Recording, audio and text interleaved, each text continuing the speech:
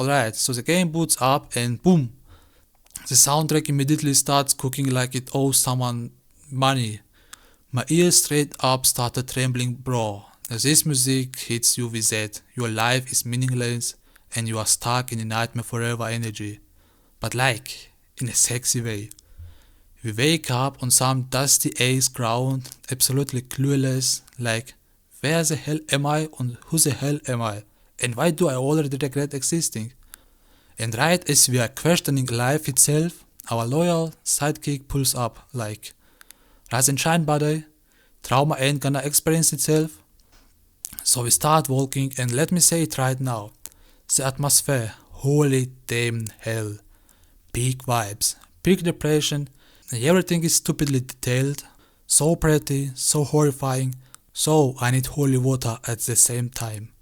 The game nails fear, loneliness, danger, anxiety, basically every emotion you try to avoid in real life. And cranks it all the way up to your soul just left your body. And the locations fire, actual fire, like each one was handcrafted by a sleep-deprived artist who hates kids. Anyway, we are strolling around solving harmless little puzzles, not beefing with anybody, and suddenly, this creepy ass hand wakes up like it just heard unemployment calling. But for now it doesn't touch us. It's like, nah, not yet, let me cook first. And speaking of new stuff, bro, they gave us a freaking umbrella. Yeah, an umbrella. We are literally flying around like that one lady from that one movie whose name I forgot because my brain is a salad. We keep walking, enjoying life, and then the Hans owner decides it's time to throw hands.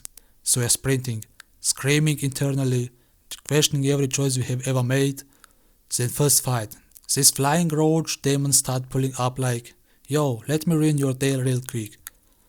Our body starts blasting them mid-air like an unpaid intern who finally snapped, and then I finish them off.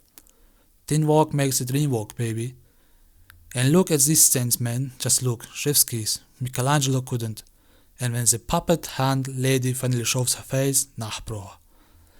I literally felt my soul leave my spine. The atmosphere, the sounds, the everything. 10 out of 10 nightmare fuel. Anyway, she grabs us, we get kidnapped into discount Silent Hill, and we wake up in some facility where kids are being evaluated, measured, monitored. But I don't even know, looks like every school I ever hated. Then we wake up again, which is scary, which is crazy because I didn't remember taking a nap inside another nightmare. Turns out some creepy doll tossed us into its personal garbage dump, so we escape obviously, and just when she's about to grab my cheeks, blood ammo activates. Birds appears out of nowhere, start jumping her, and she just gives up on us like we are her ex. And then mirror teleports our asses, or eats us, or glitches reality, I don't know, man. Little Nightmare's lore is like, don't ask questions, just suffer. Now we land in some factual looking jungle, and look who's here. The legendary teacher lady, yeah. Skinny, ugly, fast, judgmental. Same energy as that OG, but with that premium DLC insanity. And someone watching us from the cameras like they are running a 24/7 reality show called Two Kids Try Not to Die. And let me just say, this stealth section, bro, I hate stealth. I hate waiting. I hate being patient. I hate being quiet. I was suffering. But I will give it to them, sneaking around this discount Karen was actually kinda fun. She gets us a few times, grabs our ass like she's checking through it at the supermarket, but we escape eventually. Then we get to the candy factory. The candy. Let me say this slow for educational purposes. They make candy out of actual shit. Like literal, server to table cuisine. Gordon Ramsay would cry. And then comes out the saddest scene ever. Workers slaving away endlessly. It hit me so hard I saw myself there. All of us, society, the grind. This game went full philosophy class on me out of nowhere. Then we hit the meat freezer full of dismembered body parts, normal children's game things. And we need a lamp to progress. We pick up one, fake dude falls, dies instantly, RIP, big boy, gone but not forgotten. We grab another lamp and move on, and then a cutscene. In Little Nightmares, a cutscene. I almost thought I opened the wrong game, but honestly, they're actually good. They feel like part of the vibe, not some Marvel movies cameo bullshit. Anyway, the teacher Karen lady snaps and transforms into this thing. Whatever humanity she had left evaporated like my paycheck in tax day. She starts chasing us again and we finally get our revenge. We smush her with this kind machine, flayed like a pancake, sent straight to God's recycling bin. And damn, that felt good. We teleport again, barely survive, and find ourselves wandering into someone's house. So we climb up, the elevator vibing like nothing terrible is about to happen, and suddenly welcome to the carnival, baby. Neon lights, creepy vibes, and the kind of atmosphere that screams, yeah, someone definitely died here probably last week. And bro, the AI in this game, holy hell. My dude was solving puzzles before I even blinked. I stood there like a confused decayed customer holding a screw. Meanwhile, my body already speedran the entire area like he practiced for AGDQ. Anyway, time for gameplay talk. The camera still hates you, still your enemy, still moving like it's drunk at 3 AM after 7 vodka shots. You think you are jumping forward? Nope, welcome to the void. You think you lined up perfectly? Game says, wrong, die. The whole experience feels like you are trying to go geometry while being punched in the ribs. It's still Little Nightmares tradition, we suffer, therefore we are. Then comes the parkour section from Satan's personal folder. Bro, I swear to God, I was stuck there for at least 30 minutes. This part broke me spiritually. I started questioning life, destiny, gravity, physics, religion, friendship, everything. Didn't matter how I jumped, didn't matter how I pushed objects, didn't matter if I screamed at the screen like a wild animal. Game just said no. And then out of nowhere, like a biblical miracle, I magically made it through. I swear, an angel pressed the jump button for me. Then there is a moment where the game tells you exactly what to do. Hit them on the head. Clear, obvious, straightforward, but guess what I did during the actual fight? Not that. I played like a certified clone for several days until my brain finally booted up and connected the dots. Anyway, we finally reached the carnival section full of disgusting, chubby adults losing their minds like Black Friday shoppers. They are eating, screaming, breaking shit, enjoying violence, basically everyday Twitter behavior. We ride a little Minecraft train, sink a dude underwater like we are doing mob business, and after a couple cinematic moments we find the mirror. But guess what? It's broken. Of course, because why would anything in this nightmare be convenient? So we keep searching, and then boss time.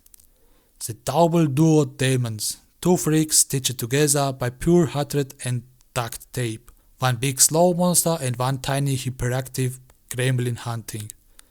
That moves faster than my will to live disappearing on Monday morning. These bots had me sweating. We dodge, we hide, we maneuver, and the tiny gremlin dude starts sprinting after us like he's late for work and we are the bus. We die a couple times because the universe hates us, but eventually we make it off. Only to walk straight into a trap. A whole ass ambush. They kidnap both of us. Teamwork makes the dream work, I guess. Now we are in cages. Our body gets bullied, and what do? We snake out like a polite ninja raid and rescue him. I spent an eternity trying to free the other kin, the one suffering behind bars, but no matter what I did, nothing worked. If you all know whether it's possible, drop it in the comments, for real. I'm too down for this universe. Anyway, we escape using a parachute, they shoot at us, tiny gremlin climbs up trying to murder us, but we fry his ass crispy like KFC extra hot wings, delicious victory. After that, lightning strikes us down, of course, because why wouldn't nature try to kill us too? And we fall into someone's hospital, daycare, demon orphanage hybrid. Here we met new flower-shaped murder creatures, sneak past a blind beast, and eventually stumble into the giant hand, not the Sekiro snake, but honestly, same energy. Long, terrifying, and absolutely not OSHA approved. We run, we hide, we scream, we cry. Finally we reach the kid's room, yes, the ones from all the flashbacks. We grab his teddy bear and surprise, the bear is magic. It restores reality in a small radius. Broken floor, fix it. Shattered lights, fix it. Dead elevators, fix it. Your depression? Yeah, no, That one stays. Using the bear, we progress through collapsed rooms, hallways, elevators, windows, basically reconstructing the whole building as we go. There comes a chase with a guy in hand. We sprint, we sneak, we dodge through a crowd of angry, depressed adults, and then the true boss appears, the director. Man looks like a school principal who's one bad day away from snapping. Our buddy shoots his eyeball hands. Yes, eyeball hands. He falls back a bit, but then he attacks again. Full force this time. We run, we dodge falling debris, we smash the word eye machine. We fight him again, we smash his hands again, we smash his actual face. Real satisfying. Every tank collapses, we fell down, and then the emotional grenade drops. We see the other boy, drawn in pictures, laughing with us, being kids. And we wake up next to him. Turns out our partner was that kid all along. My heart shattered. We crawl to the mirror, that not broken one, and the kid tries to teleport me out. I refuse, he forces it, the mirror judges us unworthy, and spits us back like expired milk. It shatters. We vanish, only on the ground a drawing. Me and him, together. I won't lie, I actually felt so sad, like real sad. Like, why is a horror puzzle game making me emotional at 3 in the morning? Sad. Then credits roll. After credits, the kid tries to fix the mirror alone. And that broke me even more. So, Little Nightmares 3 is finally done. And what can I say? The game is fire, man. Not changed my life fire. Not I'm gonna tattoo the characters on a bake fire. But like, yo, these slaps and also traumatized me a bit, but in a sexy way fire. And listen, as someone who played all the previous entries, I honestly don't get the hate train.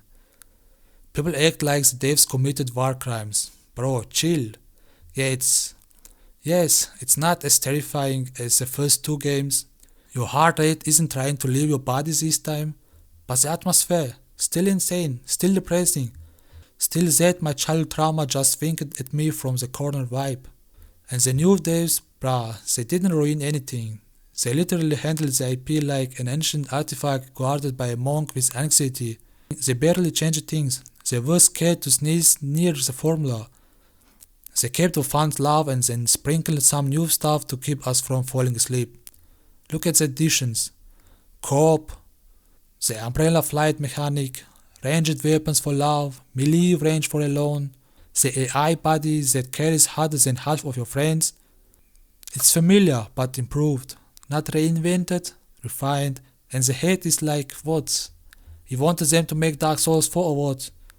Now the story, let's be honest for a sec, okay? The plot is deeper than Elon Musk's obsession with naming children like Wi-Fi passwords. There are symbolism, metaphors, psychology, trauma, fate, dreams, reality, collapsing. And know what I understood? Nothing. Absolutely nothing. 0 brain cells were activated. The amount of comprehensions I had was equal to a goldfish doing taxes. My final interpretation, this is a dream of a dog. That's it. That's the law.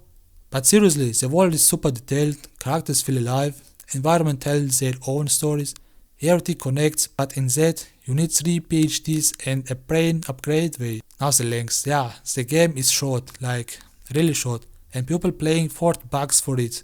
I get why they are made. Then the deluxe edition on top of that, straight slap to the face. And no friend pass. Bro, how you make a co-op game and then say both of you must pay, broke boys? That's wild. So would I recommend it? Yeah, but only on sale. Don't let them take your lunch money like that. But aside from that, this game is a whole vibe. Atmosphere, S-tier, visuals, gorgeous, music hits harder than depression at 3 AM. Gameplay, same beautiful suffering. Plot, confusing like IKEA instructions but emotional as hell. Ending, ripped my soul out through my kneecaps. And listen, don't forget to smash like, click the bell and write a comment because it genuinely means a lot to me. And boost me in the algorithm so YouTube might stop treating me like a lost child in supermarket. Stay safe, stay good, stay awake, nightmares don't sleep. Until next time, we will stay in touch. See you soon.